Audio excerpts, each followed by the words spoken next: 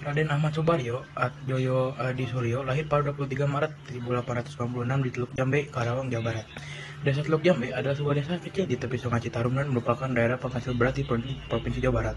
Ahmad Subarjo menempuh pendidikan hukum di Belanda, tepatnya di Universitas Leiden, tempat ia meraih gelar sarjana hukum. Pendidikan ini menjadi dasar penting bagi perannya sebagai diplomat dan tokoh pergerakan kemerdekaan Indonesia. Sebelumnya, ia mengenyam pendidikan dasar dan menengah di Indonesia, termasuk di Hoger Burger School atau HBS. Ahmad Subarjo terlibat dalam berbagai peristiwa penting dalam sejarah perjuangan kemerdekaan Indonesia. Saat menempuh pendidikan di Belanda, ia aktif dalam Perhimpunan Indonesia yang memperjuangkan kemerdekaan melalui diplomasi.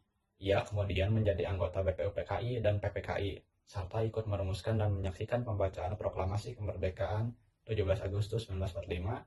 Setelah kemerdekaan, ia diangkat sebagai Menteri Luar Negeri pertama Republik Indonesia dan memimpin berbagai misi diplomatik penting untuk memperoleh pengakuan internasional terhadap kedaulatan Indonesia.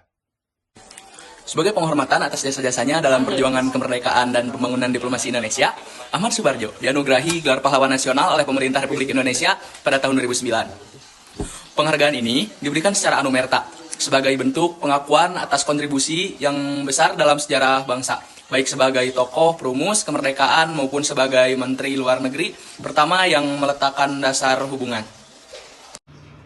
Untuk peran Ahmad Subarjo dalam proklamasi kemerdekaan Republik Indonesia, yang pertama ada peranannya dalam peristiwa Rengas Dengklok.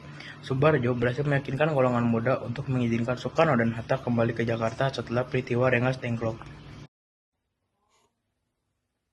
Yang kedua, perumusan naskah proklamasi. Ia turut berperan dalam merumuskan naskah proklamasi kemerdekaan di Rumah Laksamana Maeda. 3. Menteri Luar Negeri pertama setelah proklamasi. Subarjo menjabat sebagai Menteri Luar Negeri Indonesia yang pertama dan bertanggung jawab untuk menyebarkan berita proklamasi ke dunia internasional. 4. Diplomat ulung. Subarjo dikenal sebagai seorang diplomat yang memiliki peran penting dalam diplomasi di masa revolusi kemerdekaannya.